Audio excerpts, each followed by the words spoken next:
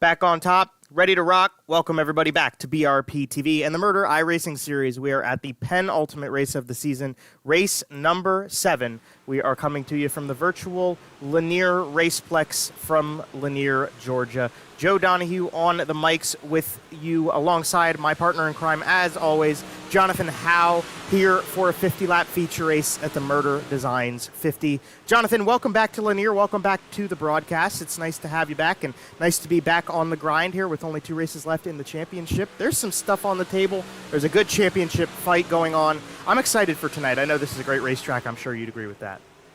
Oh, absolutely. This place is a blast, and what a story, what a batch of storylines we have. I mean, the championship fight at the top of the table is pretty insane to say the least right now. Like, we got 1 point separating our top 2 competitors. Then it's another 3 points back to third place from our leader, and then another, rough math, 11 points back to fourth place. I mean, this is as good as it gets, I think, in terms of a championship fight.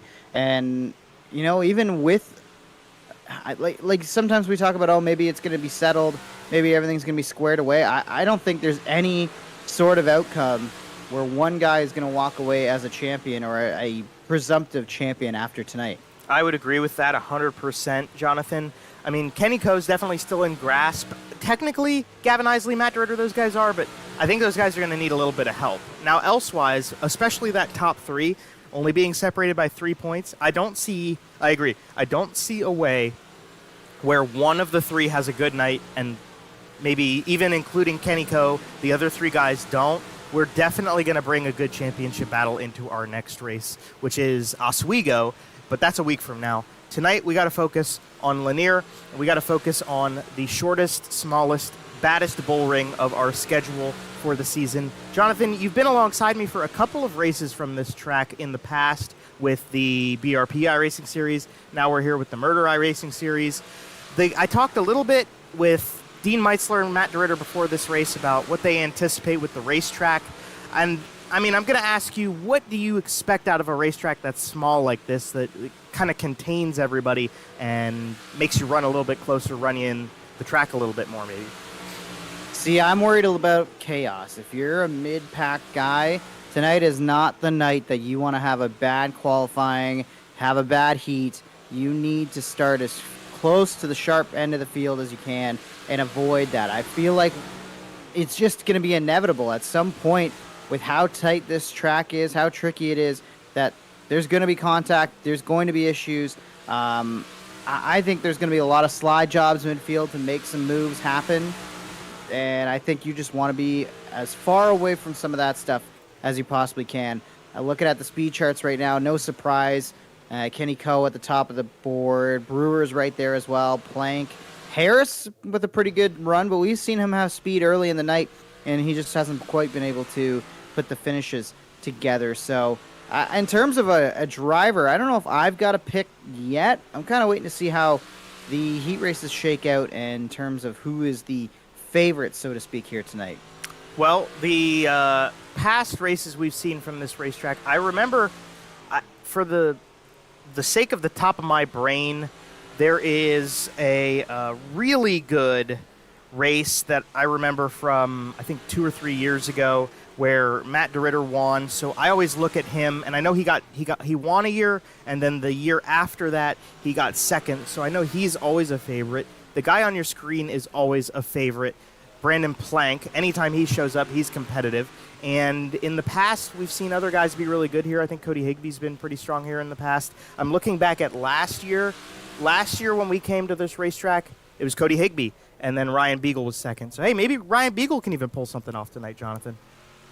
Yeah, you never know. Honestly, I think this entire field, it's probably up in the air. I'm tempted to say that. I don't want to say that it's as wide open as some of the other tracks that we've been to, but I think the big element is chaos. If you have a clean night, you manage your track position, you can be up there regardless of where you are in the point standings, regardless of how many top 5, top 10 finishes you have. This is a real blank slate kind of night, I think, especially for those who can keep the nose clean. For sure. I would agree with that. I think keeping the nose clean is going to be the story for these guys. We're ready and we're into qualifying. 5 minutes for 2 laps for each race driver in this session. Matt DeRitter on your screen right now, the host of tonight's show with the MDR Designs 50 and the MRDR iRacing number 03 car out of Pompton Lakes, New Jersey. He goes around for his first lap time here. He goes to first on the leaderboard, at least for the moment, as everybody's times pop in. You'll see it populate on the left side of your screen. Sean Green now goes to the top as Matt DeRitter puts in his second time. He does a little bit better on his second lap, but it's not going to take him to first. Sean Green with a fantastic start to his qualifying run here. Not really somebody we are used to seeing up at the top of the board. Maybe he can snooker himself a race tonight, Jonathan. Yeah, it's possible. And you know what? That key number, 13. Now 2 drivers have broken into that 13-second bracket. Barely goes Anthony Roselli with a 13.999 to go second quick right now, but still needs a little bit more pace if he's going to knock off Green. I think Roselli already done with his 2 laps, if I'm not mistaken. But 13 seconds, 2 drivers break that mold, and I think that's where you're going to see where you're going to want to be if you're going to want to start at the sharp end of one of these heats. A couple drivers still to go, some bit heavy hitters too. Kenny Coe, Cody Higbee still hit the track, Brewer, and this guy, Brandon Plank, that you're seeing on the screen right now. Cody Higbee, one of those heavy hitters that you just said, he goes to the top of the board with a 13.904. Talked with our friend Matt DeRitter before the race specifically about qualifying, asked him what he expected out of the qualifying runs tonight. He was ambitious. He said 13.7s. We're about 0.2 off of that right now. Cody Higbee, the fastest, at 13.9 flat. Brandon Plank just put in at 14.026. Dylan Smith going to come out onto the racetrack. Got 3 more guys left to qualify here. They waited, which is nice for us. It gives us a chance to put them on the screen for this broadcast, get a little bit of TV time to these guys, turn his TV off. But I will say, for the moment, if I was in this session, Jonathan, I did a practice run of qualifying earlier, and I would be last. So I'm glad I'm up here with you. Yeah, you know what? The field is incredibly tight tonight, too. Looking at it. Back to 17th place, now 18th place for Justin Sharp, or for the Sharp, Jeff Sharp machine. 14.2 to a 13.9. So 0.3 of a second separating first to last currently with still 2 drivers to go. We'll see if anybody else upsets the apple cart. I mean, we saw Smith there jump up to P2. What's Kenny Coe got for us? Kenny Coe goes to 5th quick, and Dylan Smith had a fantastic run up to 2nd place there in the 15S car. Mike Brewer also out on the track. Kenny Coe going to finish his 2nd timed lap here, and he will go... Oh, he's got the exact same lap time as Roselli, so I think they're going to go back to this other lap time for him, and he's going to stay behind the 7 car. Last car to go around, Mike Brewer. He's already in the 2nd on his 1st lap. Nobody has gone quicker on their 2nd one except for Kenny Coe, and Mike Brewer will keep that trend alive, so he will stay to 2nd place. Cody Higbee, your fastest qualifier tonight. Jonathan, are you surprised by that at all? You know what? Color me not shocked at all. I mean, it's Cody Higbee. Of course, he's going to be at the top of the chart.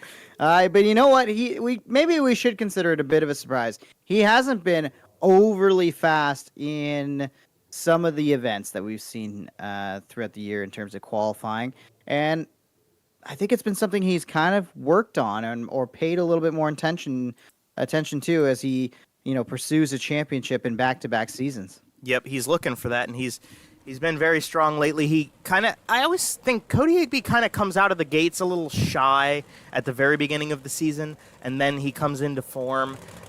His first race out is the only race, I believe, that he didn't get a top 5 in, but ever since then, he's been pretty close to unstoppable. I mean, he's the only driver with repeats. But anyway, we're into the first heat race of the night. We got 8 laps on the schedule for 7 drivers apiece.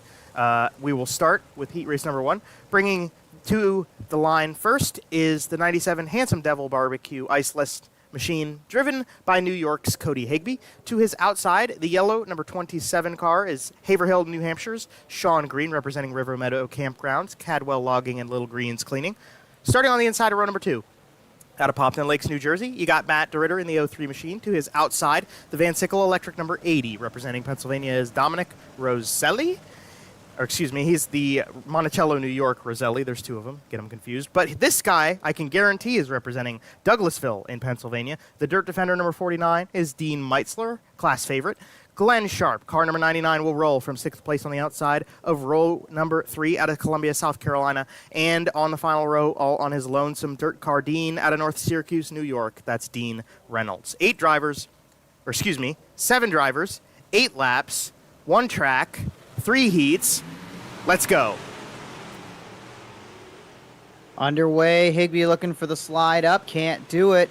27 hanging tough on the outside there, side by side. This time, Higbee's going to throw the slider and take that top spot. No, oh, good race to the line there, Joe. That was almost too close to call. I think Green probably got it, and now the apple cart's really upset as here comes Dominic Roselli.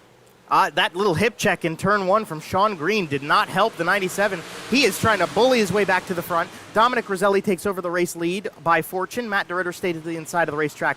3 wide for second right there as now Cody Higbee wins out. A little bit of contact between the 03 and the 97 there. The chaos is ensuing. It's just like it called it, Jonathan, and it's all over the place. For now, the lead goes to Dominic Roselli out of that luck.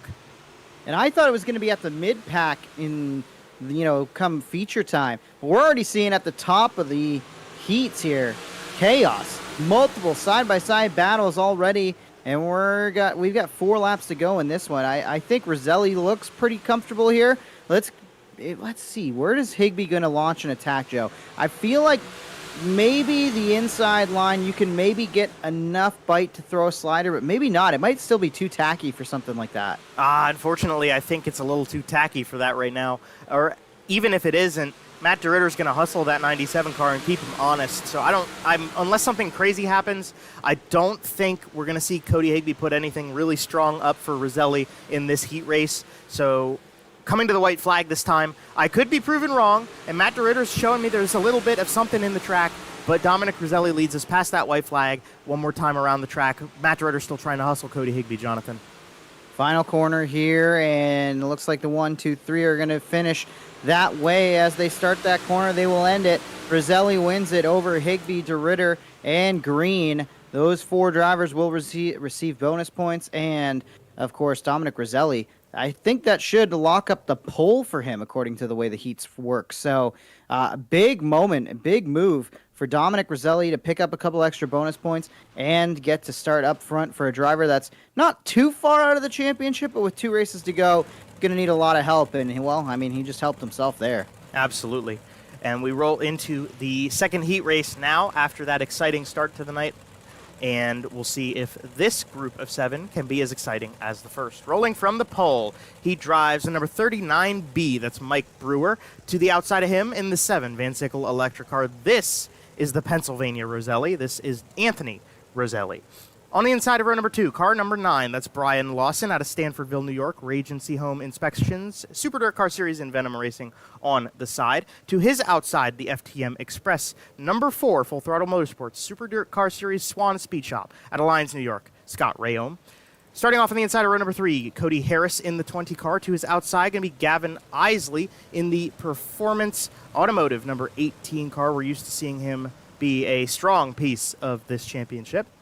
The last driver, last row, looks like he's got himself a special paint today. The number 28, we're used to seeing him in white. He's actually in red this time. This is Jeff Sharp out of East Greensbush, New York. That's your lineup. That's your field. 7 drivers, 8 laps. Heat race number 2. Let's get it. See what Mike Brewer and Anthony Roselli can do from the pole. That is a hell of a starting grid and a hell of a front row. Green flag is out, Jonathan. Brewer with a great jump there. He's going to be able to clear Roselli into the first corner. Roselli thought about making the move to the inside and thinks better of it. Instead, he'll fall in line and maybe try to take advantage of Brewer through 3 and 4. He'll get alongside, but he'll tuck back in line, try to set something up going into the first corner here. Still looking to the inside is Anthony Roselli, but it's all Brewer up front. And they all go pretty much single file by the looks of it on the outside of 3 and 4. Now into turns 1 and 2. Yeah, there's really nothing to contend with right now. We might be getting into that spot where the track's working in a little bit, but not quite all the way worked in around. And everybody's going to that. It's not even the top side of the racetrack. We're sort of in the middle right now. So you can kind of see right there. That's a good shot showing you. We're about not quite 2/3 of the way up the racetrack.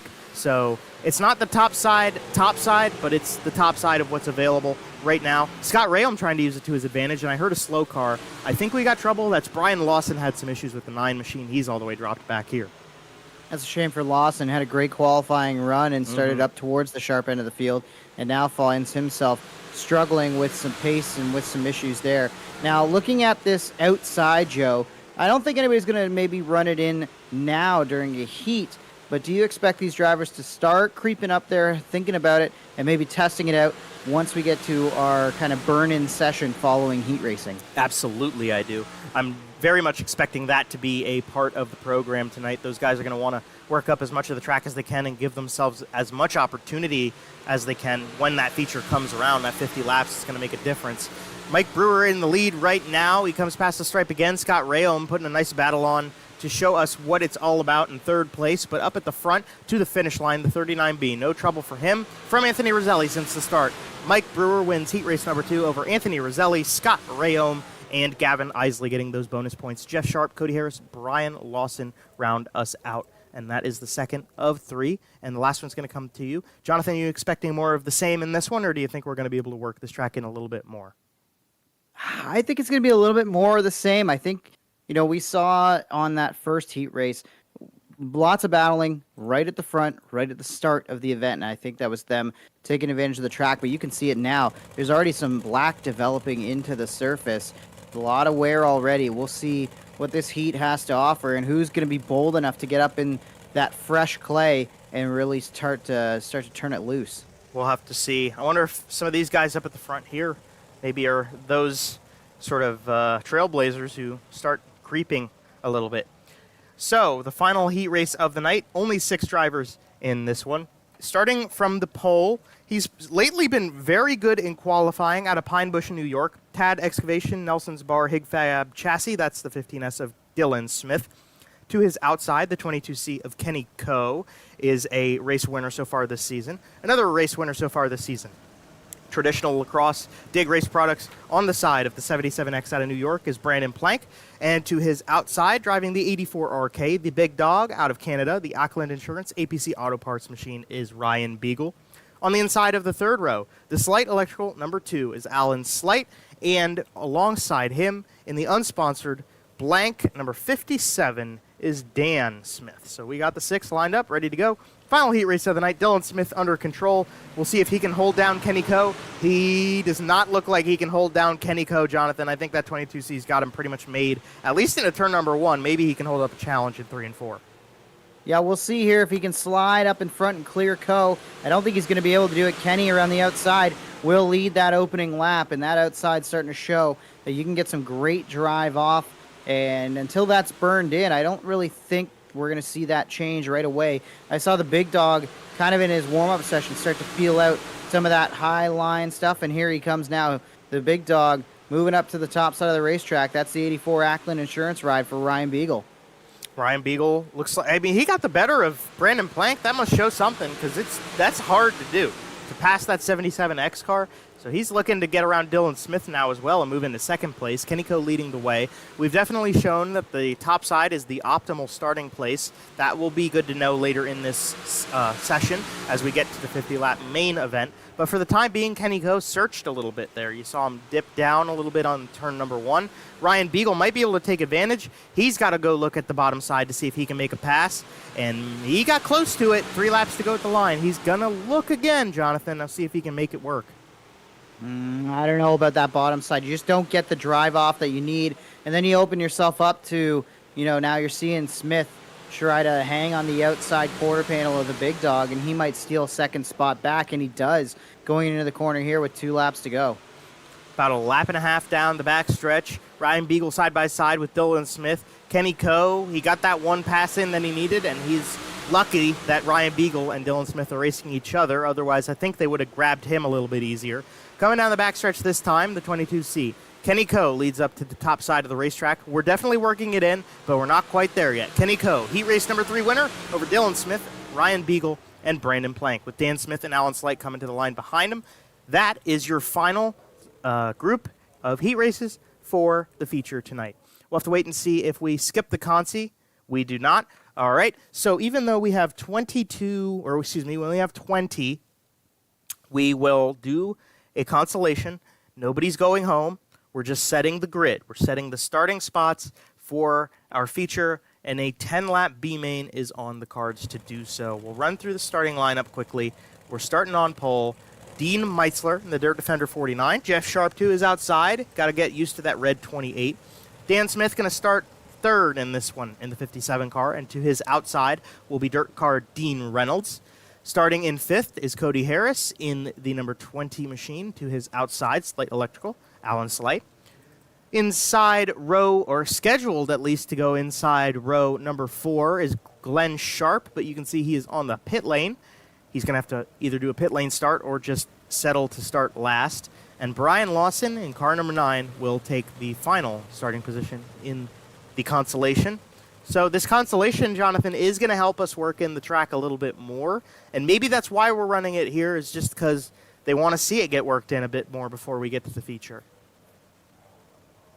Yeah, I would assume that maybe, just maybe, they want to see if they can make it a bit more competitive. Because right now, the top side, you just get such a good drive off, and you're so pointed in straight.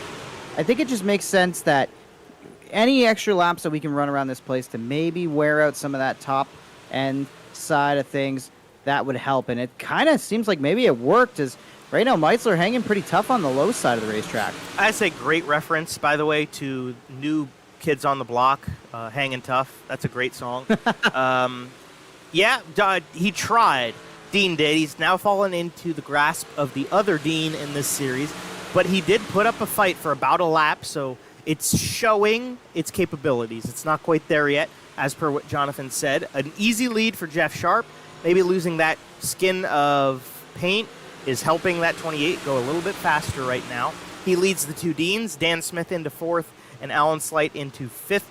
Glenn Sharp did get out on the racetrack. He just had to go out a little bit later than the rest of the crew, as he did a pit lane start. And outside of that, we're pretty much single file right now, Jonathan. Nothing really to show. Yeah, that's... I think I've seen Dean Reynolds probably try it the most, working that outside line in, but it hasn't really worked out for Dean Reynolds. Like, he hasn't really been able to make that 79 any faster. Now we see him actually bounce off the wall a little bit. So, we talked about getting up there in that fresh clay and using that to your advantage, but maybe it's not as much of an advantage as we maybe thought. Maybe that middle to middle high groove is really the sweet spot of this racetrack, regardless of what condition it's in. I'm wondering about that. So this racetrack, it's an asphalt track with dirt covering it, which is true to it, as Lanier, when it was first opened, was a dirt track, and then they paved it later. And so there's an apron at the bottom of the track that they put dirt over. But when you're running the dirt surface, it's hard to tell where the banking starts and where it's that flat little berm down at the bottom. And it's always easier to run on the slope of the banking. But for some reason, it always works sort of in the middle. Like, it's just something about Lanier and that extra little space of flat at the bottom that you could always kind of find something on the low side of this track. Coming to the checkered flag, he didn't need to look for it. Jeff Sharp used the high side to win the Constellation over Dean Meitzler and Dean Reynolds. But just a little bit of track facts to keep in mind as we get ready for the feature race, which is coming up on the flip side of a 8-minute warm-up session that we'll have start now. So normally we do 5 minutes for this session. We have race control changing things up a little bit tonight to accommodate the possibility of this track needing a little extra love and care. So this is going to be 8 minutes of time for us to burn before we get to the feature race. And I guess one of the better ways to burn this time, Jonathan, is for us to talk about our partners and sponsors. And I know, Jonathan, you've seen that MDR Designs is in charge of tonight, and Matt does a lot for us, and I think we need to definitely shout him out in this broadcast.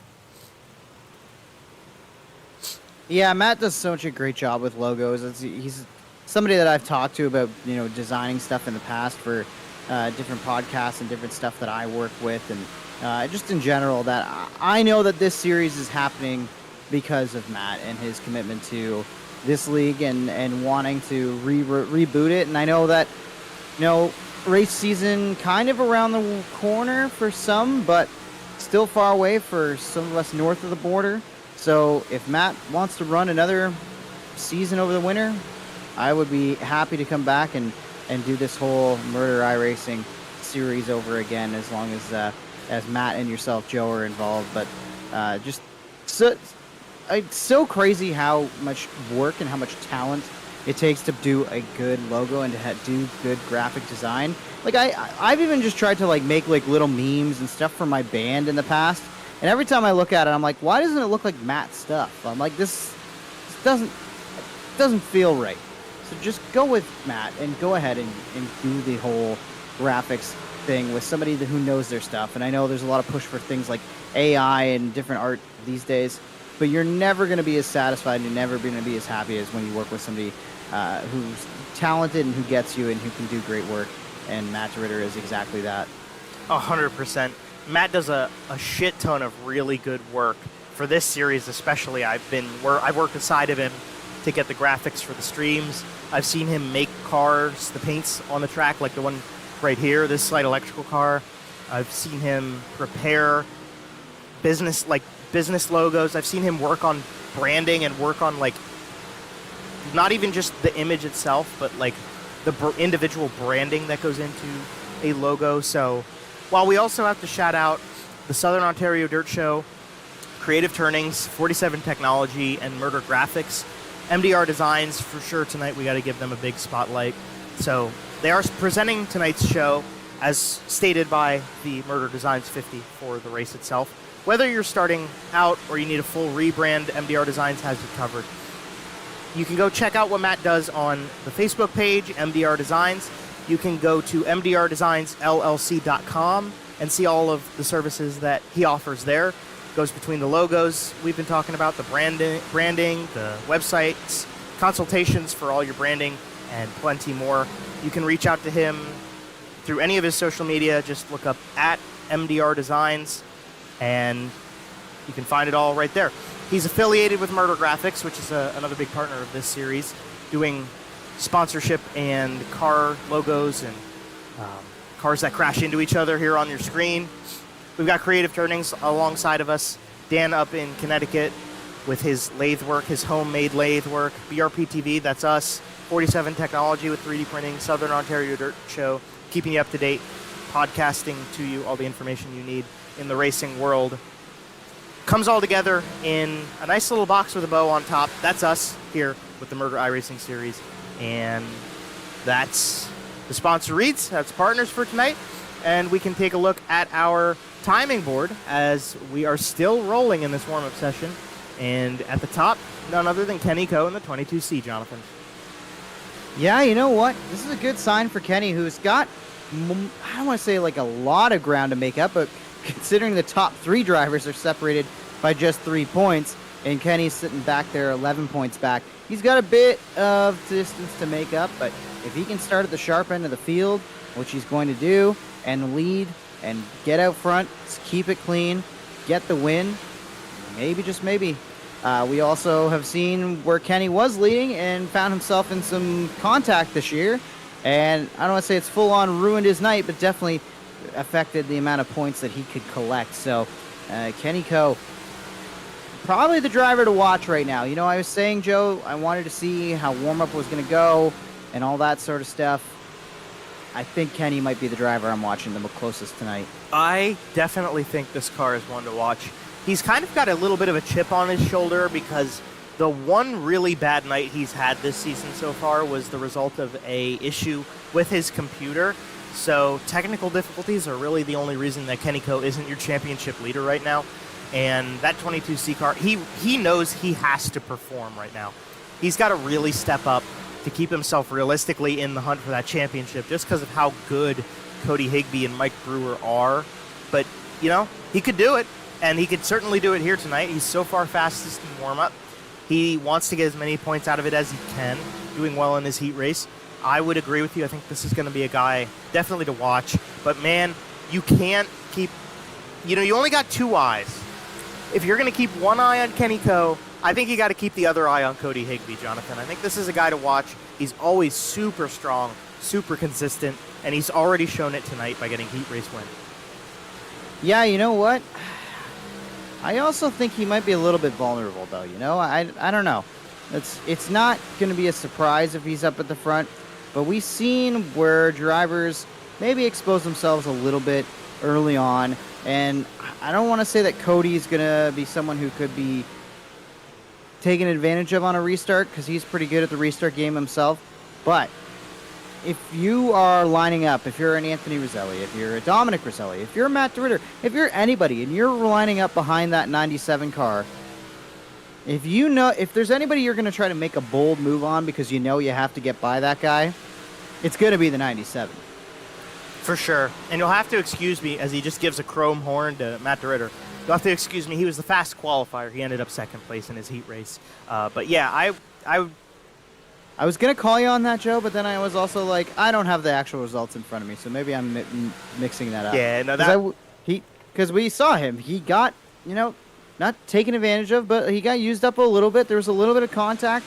It wasn't the cleanest battle, but it was also good, hard, tight racing, which is what you want to see. So when I look at that, I say that, Cody's, as crazy as it says, I think he's beatable.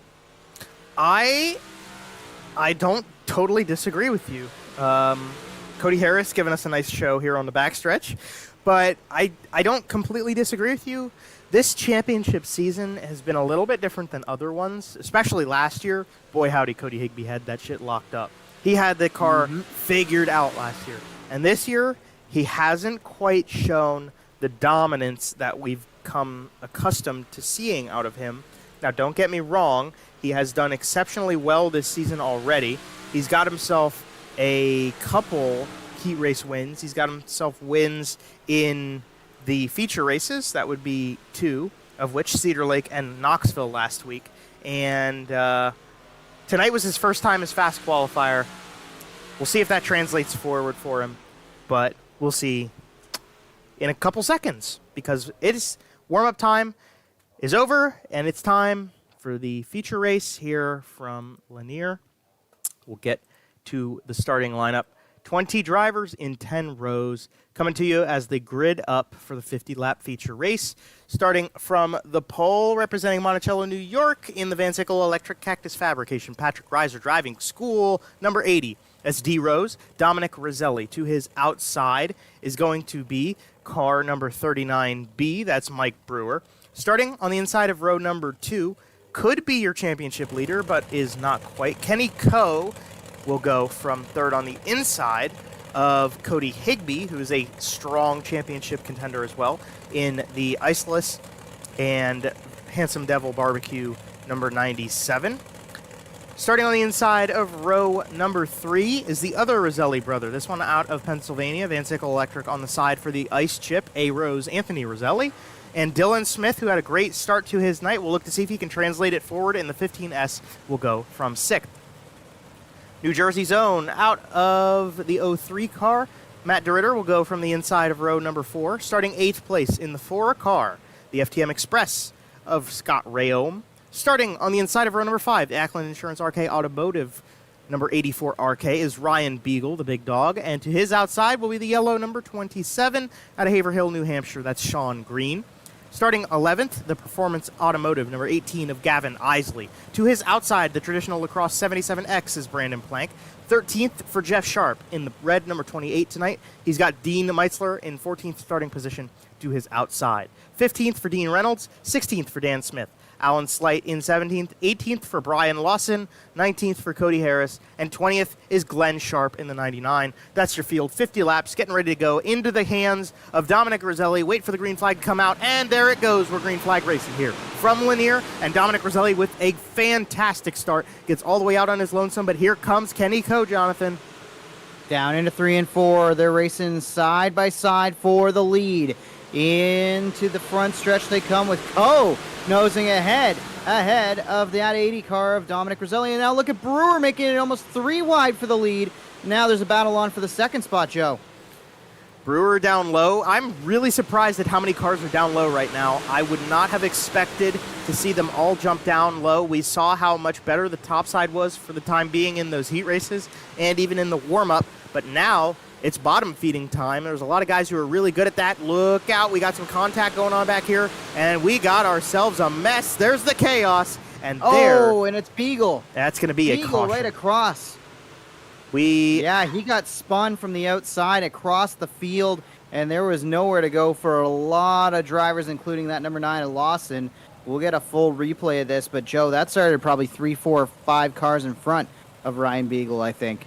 Yep, we're going to have to go backwards here, and I'm going to try to grab the number 84 car. Just give me a second here with timing and scoring.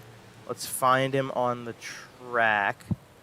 It's kind of hard because the field keeps moving past the starter stand. There's the Ryan Beagle. All right, let's hit this button. Let's go backwards, and let's catch a replay. And we're going to be a little bit further back than I want to be, but that's okay. We've got Ryan Beagle, and you can see this mess putting together here on... This is 1 and 2. Cody Higbee to his outside, Gavin Isley to his inside, and then they'll come down the backstretch. And then when they get into turn number 3, you're going to see this 18 car catch up. I think he's going to send it in a little bit quicker on the bottom. And then we're going to have Higbee on his outside. He just tries to stay off the 97. And then Isley, actually, you know what? He hit the 97 first. And then Isley just has nothing he can do about this. And then this is where it's all going to bunch up. Plank gets into it. Rayom, Green, Dean Meitzler is going to get a piece. And then this is where all of the calamity is going to unfold. Jeff Sharp does get through, though. That's a pretty nasty shunt. That's a pretty nasty shunt. Big one. Yeah. Harris looks like he's up in the outside wall after that. Lawson, we got a piece of it. Green, who was having such a good night to start the night. Rayom. Yeah, that's the big one at Lanier. That's the big one at Lanier for sure. That is what brought out that caution. We are back to green flag racing just off the rip here. And Kenny Coe leads us back from a full lap of green. Anthony Roselli to second place, the 22C trying to hold down the bottom side. He's going to probably bottom feed as long as he can right now and just hold off everybody else's lines as we continue through this feature race. We're going to be almost to lap 10. We finished lap 7 there. It's got Mike Brewer and Dominic Roselli with Matt DeRitter rounding out your top 5, but Kenny Coe is just going to try to hold everybody down from where he is right there. Yeah, really surprised, Joe. I'm with you that I can't believe the entire field, it seems like, all diving for the inside line right now. Yeah, I've noticed that you can really drive in pretty deep. It seems like you can really jam it in there, especially in 1 and 2, and that allows you to gain on the car in front of you, but then you kind of sacrifice some of that and drive off, whereas I figured the outside line would give everybody the drive off they need to maybe make passes, get alongside, and so far anybody who's used the outside line hasn't really moved forward as much as I thought. I'm keeping an eye on Higbee in particular in that 97, and he seems to be the one who's struggling as we see the pace car coming back out and the yellow flag displayed once again. I don't know who was involved in that one, but I think I have a feeling it started on the backstretch. Yes, I believe it is. Don't hold me to it. I believe this is going to include Glenn Sharp, and it is. So let's go back, and you see him getting into contact with Ryan Beagle. He's going to make contact with Harris here. This is in turn 3, and if you look closely here, I'll zoom in. We've got front suspension damage on this car. Those two wheels are looking in opposite directions, and Glenn Sharp has nothing he can do with this car right now. I don't even know if he can control it, so he's going to hit the wall again on the front stretch, and then I think Alan Slight's going to get a piece of this. That's a pretty that's a heavy piece of this. And these two cars stopping here on the front stretch should be what brings out the actual yellow flag. But that was shaping up for a while there, Jonathan. Yeah, exactly. That's one of those ones where it starts in one area of the racetrack and ends on the other side of it. So, tough break. And you hate to see any kind of suspension damage or anything like that cause something like that. But I think we're going to be getting back to running. And so far, 10 laps in, 2 cautions. I don't want to say cautions are breeding cautions. We're not quite to that level yet, Joe. But I think we are starting to see, or at least we're getting some of that chaos I predicted as, we've got some Roselli on Roselli violence. Oh, we love the Roselli on Roselli violence. There they are. Dominic on the inside in the 80 car, Anthony on the outside in the 7. Anthony needs his brother to cooperate a little bit. Anthony Roselli leading your championship at the moment. He does not want Dominic to be the one to screw it up for him. But right now he sits in 4th place. Kenny Coe and Mike Brewer, his 2 main championship rivals, taking the lead on things here as they come back to the stripe. Kenny Coe leads the way. Mike Brewer and Cody Higbee isn't quite seen yet, but there's plenty of time left for things to shape up. Kenny Coe still holding that bottom line. And then the Roselli's back there. I'm going to see it. I think Dominic's kind of moving up a little bit, Jonathan, and it's making me wonder about what else could be going on, if we could be seeing that sort of evolution that we're waiting for, where the bottom isn't quite the way to go. Well, I'll tell you, the extreme high side is not the place to go. I've seen Cody Higbee use it, but the problem with the extreme high side of the racetrack is if there's a 2 or 3 car battle in front of you, like there has been this past 5 laps or so since the restart for Cody Higbee, you run out of room. Even if you get a great drive off the corner, you've got 2 cars that are racing side by side, and they're going to try to clear themselves to the wall, and chances are they're not going to know you're here. They're there with the head of steam. They might squeeze into you, and you'll be the one, getting pinched into the wall and ending up with maybe suspension damage, if not worse. And that's probably what the main reason I think we haven't seen as many cars go to the outside yet, is that there's just no room up off the corner, really. As far as that middle groove, I think Roselli's really trying to make that work so that maybe later in the night, when it is a little bit better, maybe lap 25, maybe lap 30, that line comes in a bit better than the bottom side of the racetrack does. I think Roselli just wants to be the first one there to understand it. Well, we're going to get rubbered in, though, don't you think? We're going to end up with rubber right down there for how many cars are running down at the bottom side of the racetrack. Yeah, I think so, but that middle groove, that little bit higher, down in 1 and 2, it's pretty blackened up already. But 3 and 4 looks like it's got a little bit of clay that you can hit, especially maybe off the corner, like right about there, right about that middle point of the groove. It looks like it's not as worn in up off the corner just yet, but these entries, I can't believe how blackened it already is. Yeah, I mean, the entry point definitely is more used up than anywhere else in the turn because they kind of spread out a little bit. But, I mean, I'm tempted to say these guys are going to search for a while. They're going to probably get to a point where the rubber beats the clay, and unless you run to the very top, which Mike Brewer is doing, I saw Gavin Isley do it a couple laps ago. They're searching for it, but even, like you said, Jonathan, you're right. Even in 1 and 2, they're not searching. They're just going to the bottom. Shortest way around, right? At the end of the day, if you can protect that bottom, you're going to be probably going faster than anybody else just because you're saving time in terms of distance traveled around this racetrack.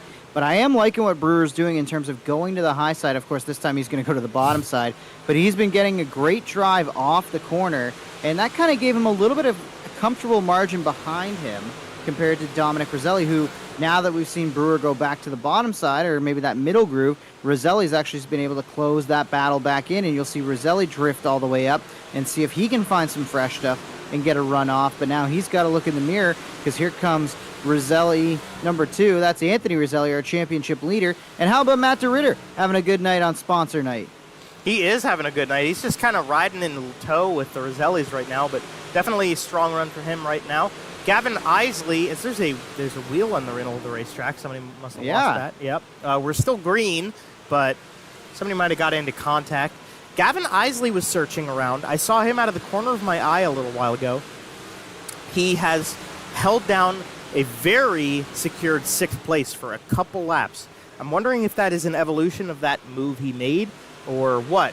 Anthony Roselli now getting some pressure from the 03 car.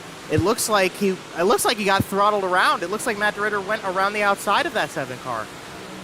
And that's what I'm thinking, Joe, is I think that maybe that mid to high groove is going to be the first groove that comes back in, and that's where you can make a pass. If you enter right on somebody's rear end, and then as you get into that corner, if they elect to run a lane lower than you do, you might be able to get enough of a drive off the corner to stay with them and maybe set up and make the pass. As we see DeRitter go to the inside now. Let's see if he can make that stick. Whoa, things got a little tight back there, didn't they? I saw out of the corner of my eye in the top left, I saw Brandon Plank send an absolutely long shot slider in on Cody Higbee. and the two of them slid all the way up the racetrack. I'm lucky that wasn't more severe than it was, because that was looking like it was going to be an accident. Oh, look at that! We got an accident, and it's the championship leader and a lapped car. Oh no, Anthony Roselli. What has gone wrong here? Oh. This changes everything.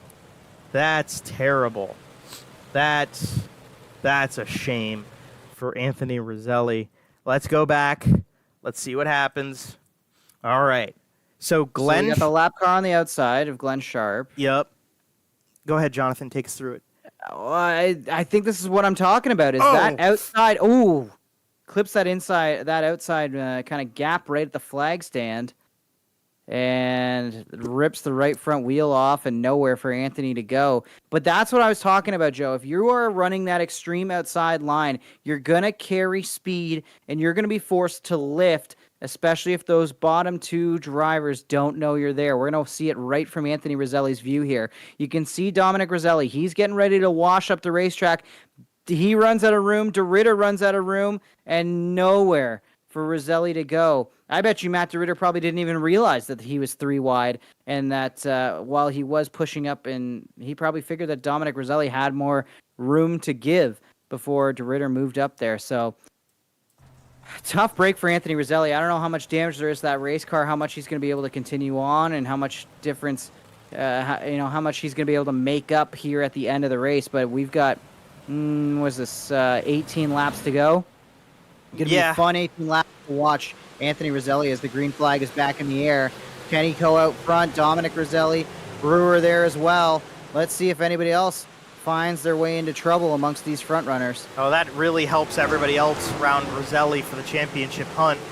Definitely going to help Kenny Coe, but that was a build-up. So, yeah, I think you're right. I think Matt DeRitter probably didn't even know he was 3 wide, and he just moved up the racetrack and a little bit. And Dominic Roselli ended up squeezing the lap car of Glenn Sharp, not to no fault of Glenn Sharp's. And then he got stuck into the wall, and he couldn't do anything about it, and that's how that all unfolded. Back we talked about how small this racetrack is, Joe, and you just run out of room real quick.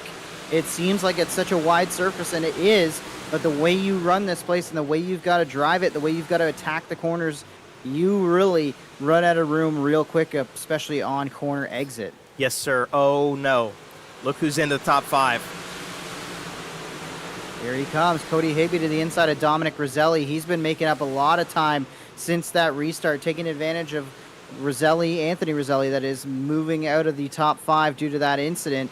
Things kind of shaking up at the front side, and now Higby able to move forward. But he's got 3 really fast cars that have been up front all night to dispatch of before he can go ahead and steal this win away, as we're approaching 10 laps to go. Going to be 11 to go at the line, and Kenny Coe still in control of this one. And if you're Kenny Coe, Joe, don't you just start having flashbacks to some of these races that he has had complete control of or been a factor in, and then all of a sudden he finds himself off the podium one way or another? I would hope he doesn't. I hope he focuses on hitting his marks, because elsewise he's going to repeat that exact situation you're talking about.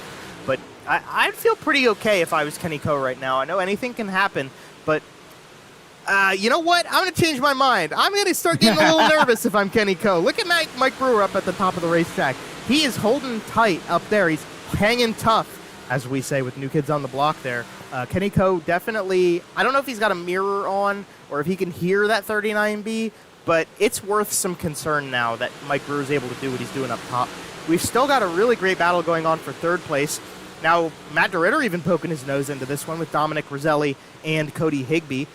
Dominic's brother Anthony is trying to put a charge on. He's up to 12th place now. He's trying to get past all those guys at the back of the field and try to get a couple points brought back up out of this one. It's not going super quick, and I think he's got to step it up a little bit. We got 7 laps to go at the line, and he's only in 12th. I don't know. I don't even know if he can muster a top 5 out of this, or top 10 even, if he doesn't get moving. Well, I think what we're seeing is the strength of field, and why starting up front and track position has been so important, regardless of the racetracks that we've gone to in this series this year. You have to start at the front of the field, and you have to maintain that track position, because Everybody's just so good in this field. There are no easy passes out there, even for a guy as talented and as good in this game as Anthony Roselli is. He's doing his best, and again, started 14th. I think restarted 14th on that restart. But, I mean, you look at Brandon Plank's running 8th right now. You know, Ryan Beagle's there in 9th. Dean Reynolds right in front of him, in front of Anthony Roselli is in 11th. These drivers are no slouch, and if you're Anthony Roselli, probably with a bit of a wounded race car, how are you supposed to go and get by these guys? Like, there's nothing. It's just not going to happen. 4 laps to go, and he's quickly run out of time to salvage a top 10 after what was such a good night for himself, even if he was probably going to lose a little bit of points to some of his competition. Meanwhile, up at the front, Kenny Coe just comfortably clicking off laps, driving away from Brewer now, and it looks like Higbee might be the challenge for the 3rd spot. I don't know if he's going to be able to get close to pull it off with 2 to go, Joe. Well, Higbee's got it held on to 3rd place at least. I don't think Dominic Roselli. Whoa. Wow. As he sails it in behind him. Yeah. White flag lap. He sent it. He tried, but I don't know about Dominic for this one. What I do know is it's pretty much set in stone. He's going to go flag to flag. This is what he needed for his championship hopes, and damn straight he's going to get it for himself. Kenny Coe will win the MDR Designs 50 in dominant fashion, with Mike Brewer coming home 2nd and Cody Higbee coming home 3rd. Fantastic run to the finish for the 22C, holding on to what he got at the very beginning, that leads position off of that first couple laps, and he never gave it up. He never had to fight for it too hard, but he certainly did have to fight for it. Mike Brewer, Cody Higbee, they put up a good effort. Dominic Roselli and Matt DeRitter round out your top 5. Excellent stuff from that crew. And we'll give them a couple of seconds here just to get sort of settled in, let the excitement boil down a little bit, and then we'll get to talk to our winner, Kenny Coe. So actually, you know what, Jonathan? Looks like he's ready. If you're ready, sir, we can go ahead and start off our post-race interviews with our race winner tonight. Yeah, let's get him up in here in the booth and talk to the driver of that Public Enemy number 22. Kenny Coe started 3rd and ends up on the top step of the podium. Kenny Coe, you got a copy, buddy. Yeah, I got you. Congratulations on the win, and a way to step up at the right time to get yourself back into what is a very tight championship fight heading into the final race of the season. Yes, sir. Thank you. It was a tough race. I knew I had to get him there on the first lap because it was going to be bottom dominant. You could tell during practice. But it started to rubber up, and I got worried because I saw they were getting a little bit of ground on the top. I could hear Mike kind of sliding. I went up there for one turn, and it just wasn't there. Went back down, hoped it would just go away, and I think it did. What were you feeling in practice that kind of indicated that this was going to be a bottom dominant kind of night? So we were running in the top, and there was someone in front of me that was a little bit slower, so I just went to the bottom just to get by the guy, and I was like 2/10 faster on the bottom. And then I thought maybe it'd go away mid-race, and then it started to rubber up, so it just stayed down there. Yeah, and that track really seemed to widen out, like in terms of rubbering in. It's not like just one lane rubbered in. And do you think that might have been the difference as to why the extreme bottom was able to work so much better than maybe a higher line might have? Yeah, because you could, there's a couple times I missed it, and I would still get a decent exit on entry. I even tried running under the rubber on like that little apron right up against the wall, but you'd get a little too tight, and it would be hard to exit. So I tried to hold my line, but yeah, I think you could have probably rolled up to the middle a little and still got a decent exit. I just was trying to guard the bottom at all costs. Yeah, absolutely. Who do you got to thank for a great drive here tonight, Kenny, and a drive that's going to get you right back in this championship fight? Yes, sir. First of all, you guys for putting this on. Matt for putting the league on. Public Enemy setups. I raced for them on iRacing. That's about it. Awesome. Well, congratulations on the win, and way to bounce back too after what was maybe a bit of a difficult night last week. But Kenny Coe comes home a winner once again here at Lanier, Joe. And you know what? I'm already trying to do mental math, but I'm just gonna wait to see what the championship looks like, because I bet you it is really good, especially with the other guys that are on this podium, including Brewer, who you're going to probably pull in. Are we going to pull in Mike Brewer right now for you? Yes, sir. So I'm going to get Mike Brewer in here. And yeah, the championship fight's looking pretty damn close. And Mike Brewer, you're a part of that championship fight. First off, you got a copy for us here in the broadcast. Yes, sir. I got you. All right. Well, second place tonight, Mike. You came into tonight second place in the championship, and the only person ahead of you in the fight had a little bit of turmoil come up his way, and he did not have a very good evening. So I believe, don't hold me to it, I believe you're the championship leader right now, but you've got a lot of strong competitors very close to you in that fight.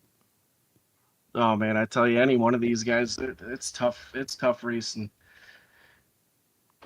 Tell me about your race tonight with this tricky track. It worked in a little more than I expected. I don't know what you saw from your perspective as the driver, but for me, I was talking to Matt DeRitter about the setup of the track before the race, and just tell me what you were thinking about the track when it worked in and what you were expecting.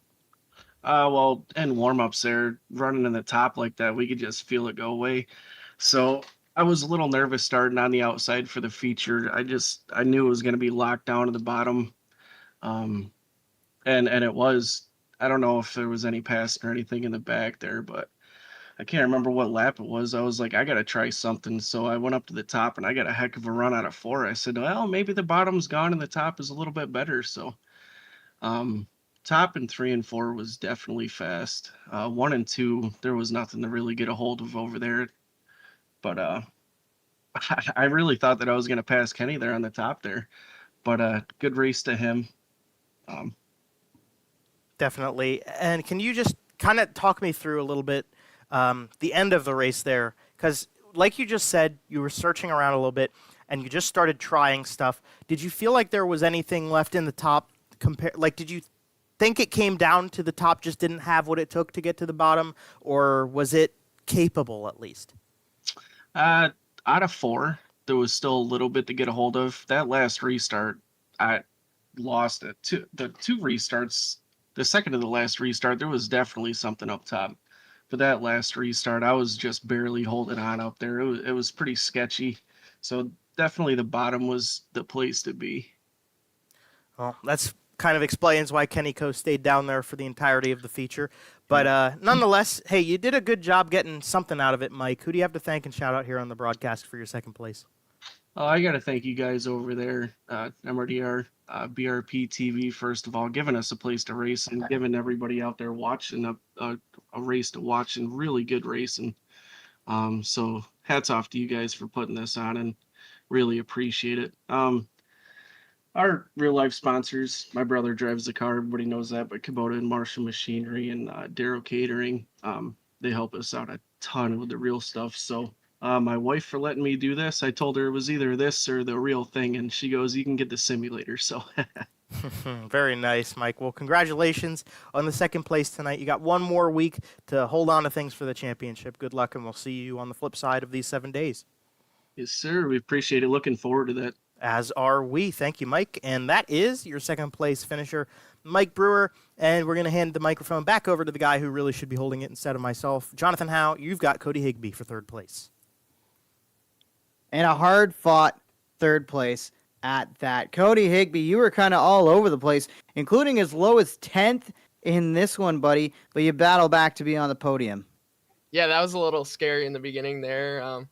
Just didn't fire off good on that original start. I think we ran into the track a little too long in that practice, and the top had kind of gone away, and the bottom was still pretty fast. And, just didn't roll off good on that start and fell back to, I think, 10th there. So just glad to come back from that. That was tough. I found the top there about midway through the race, and I was happy to see that come back in. And really from there, I was feeling good. But the beginning of the race, I was kind of struggling finding my groove there on the bottom. And just racing in traffic here is tough. So I was happy to find a clean lane and just start logging laps and getting more comfortable and consistent. And we got back to third. So I'm really happy for that.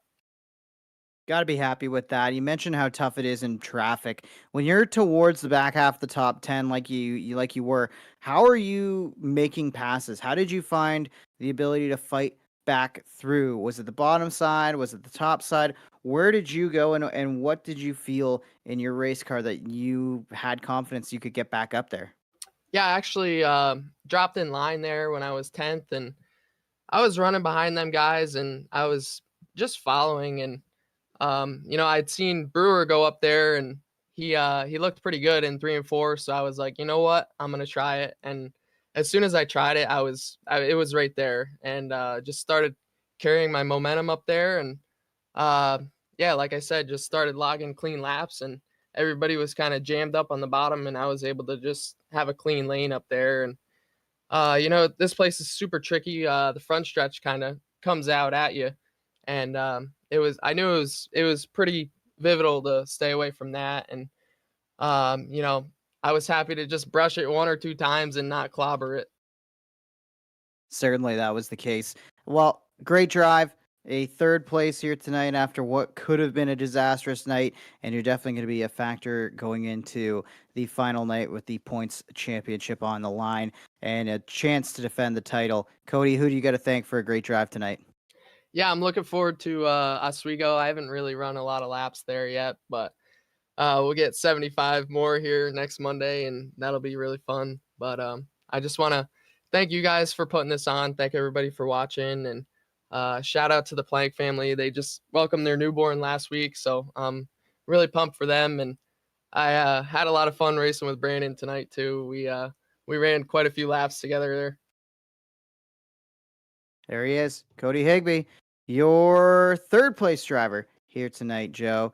And what a drive from 10th at one point. I was pretty worried. I know it sounds like Cody was also worried, but I was looking back at that back half of the top 10, and I was like, that's one championship contender who is having a rough night, and he rallied. And what a drive from Kenny as well to take advantage of that early start, jump out front. Good stuff from the 22. Yeah, I agree. And I guess we kind of bit the bullet a little bit because Cody Higbee does that sometimes. There are some nights where he comes out and he starts first and he leads the whole way and it's no question. And then there's sometimes where he starts a little bit further back. And especially when he starts further back, he doesn't like to come to the front right away. He'll take his time, and you're like you got to fall into this catch-22. You're like, is Cody Higbee gonna is he gonna hold down? Is he gonna get it back together? Is he gonna get up there? And then inevitably, mostly every single time that happens, he does end up getting back there. But I did too. I fell into that expectation as well. Good for him that he did not, though. For Jonathan, that he did not have the misfortune of that. We did have one championship contender have that happen tonight. That is the one championship contender you do not see on the top 10 of your unofficial results.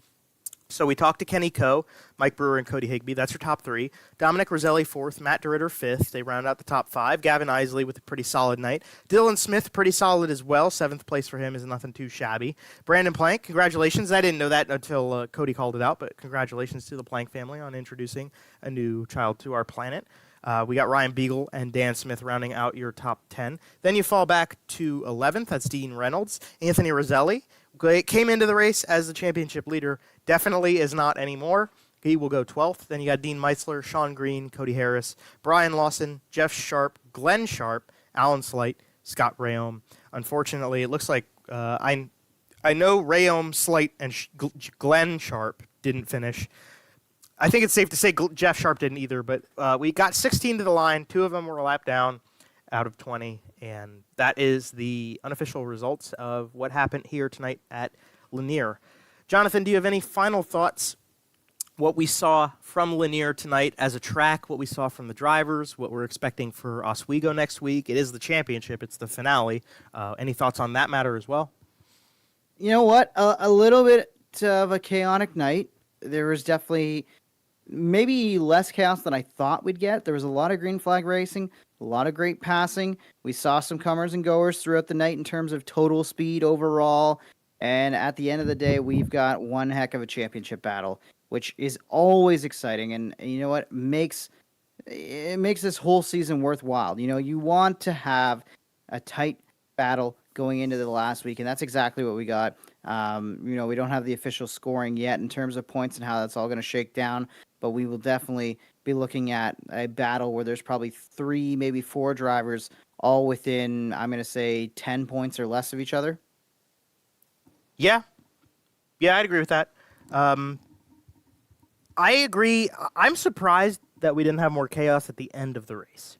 You called that out. I thought, especially with the way it started, I was expecting it to be more like that. But luckily for these guys out on the track and for us to get to the end of this race, that wasn't the case. So honestly, I'm pretty satisfied with the way things went tonight, especially how they ended, because you get a short track and you go short track racing and things can explode pretty rapidly at the end of races. So good for these guys for not doing that. But that's the show.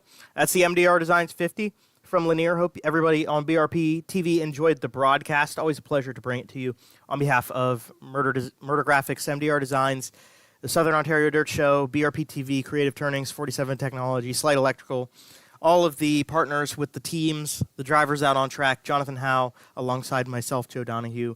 Be sure to tune in, subscribe to the channel, and hit the bell icon so you know when the finale stream goes live 1 week from tonight. It will be a 75-lap feature, from Oswego, and it'll be exciting because we will crown a champion, and none of Matthew DeRitter, nor Jonathan Howe, nor myself would be able to tell you right now who it's going to be, so you're going to want to be there to find out for yourself. In the meantime, stay safe. I know a lot of the Northeast and Midwest is getting hit by a blizzard right now, a nice little snowstorm to cap your beginning of the new year. Just be safe, be smart, but have fun, enjoy your time, and be sure to come back with us in 1 week's time to BRP TV. Joe Donahue signing off for 1 week until we meet you in New York next time. Take it easy, everybody.